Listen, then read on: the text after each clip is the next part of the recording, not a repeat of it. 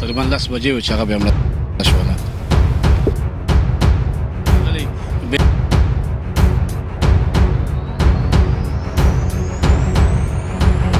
هغوی راول دپاره ډزې وکړې به نو ډزې چې وکړلې لومړۍ ډزې په د جنکو باندې وشولې بیا زموږ ماشومه پاس کڼکه کې راووتله چې څه ډزې دي نو هغه ولګېده په سر باندې. وعلیکم السلام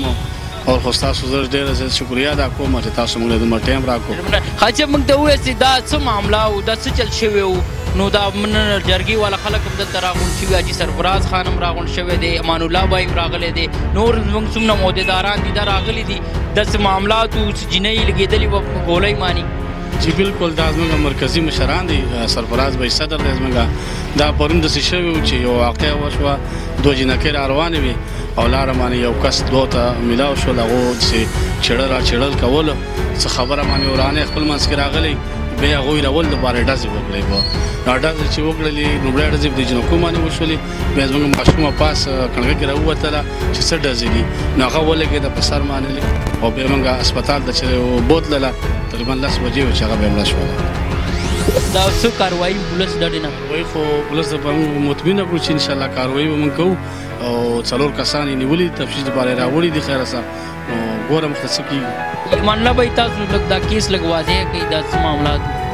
دا داسې معاملات اوس دا خلک وایي چې دا مرداران چې دي که نه مخکې مې هم دلته لږ ډزې مزې کولې که نه د دې ځای کرب خلک دی او دا یا دوه جنکۍ دې روانې وې کور ته روانې وې چې ته روانې وې دوی چېړلې دي